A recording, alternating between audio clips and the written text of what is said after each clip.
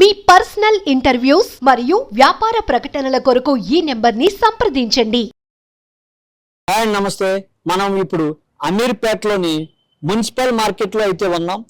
ఇక్కడ ఆదివారం వచ్చిందంటే మాంసప్రియులకు ఇక్కడ అన్ని రకాల ఫిష్ కానీ, మటన్ కానీ, చికెన్ కానీ అన్ని రకాల మాంసపు సంబంధించిన ఉత్పత్తులన్నీ కూడా ఇక్కడ అందుబాటులో ఉంటాయి. ఆదివారం వచ్చిందంటే మార్కెట్ మొత్తం కిటకిటలాడుతుంది. ఎంతో ప్రజాదరణ కలిగిన ఈ మార్కెట్ ఇప్పుడు మార్కెట్ భవనం కూడా పూర్తిగా స్థితిలో చేరుకున్న పరిస్థితి అయితే ఇక్కడ నెలకొంది. ఇది 1966 ఆగస్టు 19న బివి గురుమూర్తి, అప్పటి మంత్రి బివి గురుమూర్తి అయితే దీనికి 1800 చదరపు మీటర్లు అయితే దీనికి కేటాయించారు.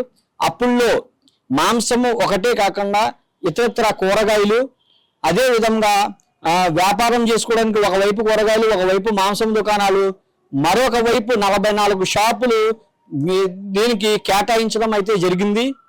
ఇప్పుడు చూసుకుంటే ఇది పూర్తిగా శిథిలావస్థకు చేరుకుంది. గతంలో 10 సంవత్సరాల క్రితం ఏదైతే ఉమ్మడి ఆంధ్రప్రదేశ్లో ఉన్నారో అప్పటి కాంగ్రెస్ పార్టీ దీన్ని మల్టీ మోడల్ మార్కెట్గా తీర్చిదిద్దుదామని ప్రయత్నాలు అయితే చేసింది, కానీ పూర్తిగా విఫలమైంది. 10 ఏళ్ళు గడిచినా సరే నగరం నడి ఒడ్డున ఉన్న ఈ ప్రాంతంలో ఈ వ్యాపారులు, ఇక్కడ స్థానికులు అయితే అనేక అవస్థలు అయితే పడుతున్నారు.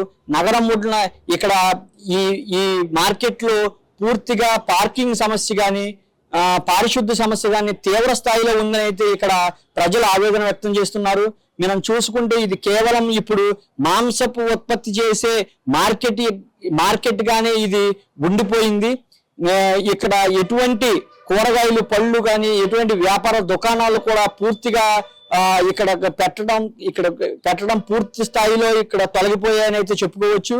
ఇక్కడ మనం చూసుకుంటే ఇక్కడ కూడా వర్షాకాలం వచ్చిందంటే భవనం శిథిలావస్థకు చేరుకోవడంతో వర్షాకాలం వచ్చిందంటే ఇక్కడ వ్యాపారులు సైతం వ్యాపారం చేసుకోవడానికి అనేక ఇబ్బందులు పడుతున్నారని అయితే ఆవేదన వ్యక్తం చేస్తున్నారు. ఇప్పుడు మనం కొంతమందితో మాట్లాడే ప్రయత్నం అయితే చేద్దాం, వారు ఏమంటారో తెలుసుకుందాం.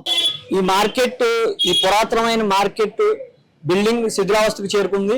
అయితే దీనిపై ఇక్కడ ఉన్న షాప్ యాజమాన్యాన్ని అడిగి తెలుసుకుందాం ఇక్కడ పరిస్థితులు ఏంటనేది. సార్, ఏ రకంగా ఉన్నాయి సార్?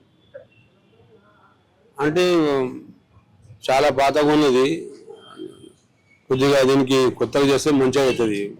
చాలా మంది చేస్తారు ఇక్కడ చికెన్ షాప్. ఇది చాలా పాతది. ఇది వర్షాకాలం వస్తే ఏంటి పరిస్థితి దుకాణాల పరిస్థితి? వర్షం అయితే వాటిలో వాళ్ళు నీళ్ళు అయితే రావు మీదకి వెళ్ళి, వాళ్ళు దుకాణం మంచిగా పెట్టిండ్రు, అంత కొత్త చేసిండ్రు, రేకులు మంచిగా చేసిండ్రు, మంచిగా పెట్టిండ్రు. ఇది పాతగా అయిపోయింది కదా, ఇక్కడ పారిశుద్ధ్యం అది క్లీనింగ్ అది బాగుంది. బాగుంది.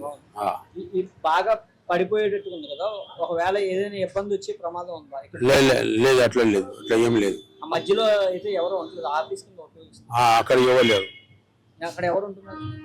అది ఆ బట్టే ఉంటుంది, అది అక్కడ ఎవరు లేరు, ఎవరు ఉంటారు. మోడల్ మార్కెట్ ఇక్కడికి రావాలనుకుంటున్నారా? మోడల్ మార్కెట్ ఇది వరకు గతంలో 10 సంవత్సరాల క్రితం కాంగ్రెస్ పార్టీ అయితే ప్రయత్నం చేసింది, దానం నాగేందర్ గాని. ఇప్పుడు మళ్ళా కాంగ్రెస్ పార్టీ అధికారంలో ఉంది. ఇప్పుడు మోడల్ మార్కెట్ నిర్మాణం చేస్తే ఇక్కడ పార్కింగ్ సదుపాయం అన్ని కలుగుతాయి అంటున్నారు. దాన్ని మీరు స్వాగతిస్తారా? స్వాగతిస్తారు. ఎందుకు స్వాగతిస్తారు? మంచిగా అవుతుంది. కొత్తగా చేసేస్తే చాలా మంచిగా అవుతుంది. మార్కెట్ కొత్తగా చేస్తే బాగా అవుతుంది. కొత్త బిల్డింగ్ రావాలంటారా? రావాలా వస్తే మంచిగా, చాలా మంచిగా. అధికారులకు ఏం చెప్పాలనుకుంటున్నారు? అదే ఇప్పుడు కాంగ్రెస్ గవర్నమెంట్ వచ్చింది, ఇక వాళ్ళు చేస్తే మంచిగా పని ఉన్నది. చాలా మంది ఇక్కడ వస్తారు, పోతారు. ఇది ఇక్కడ పరిస్థితి. గతంలో మోడల్ మార్కెట్ కడదామన్న కాంగ్రెస్ ప్రయత్నం 10 సంవత్సరాలు నిలిచిపోయినా ఇప్పుడు మళ్ళా అదే కాంగ్రెస్ గవర్నమెంట్ ఉంది కాబట్టి ఇక్కడ ప్రజలు కూడా నూతన మోడల్ మార్కెట్ నిర్మాణం చేపట్టాలని, ప్రజలందరికీ ఉపాధి కల్పించాలని అయితే వారు కోరుతున్నారు. ఇది ఇక్కడ మార్కెట్ పరిస్థితి.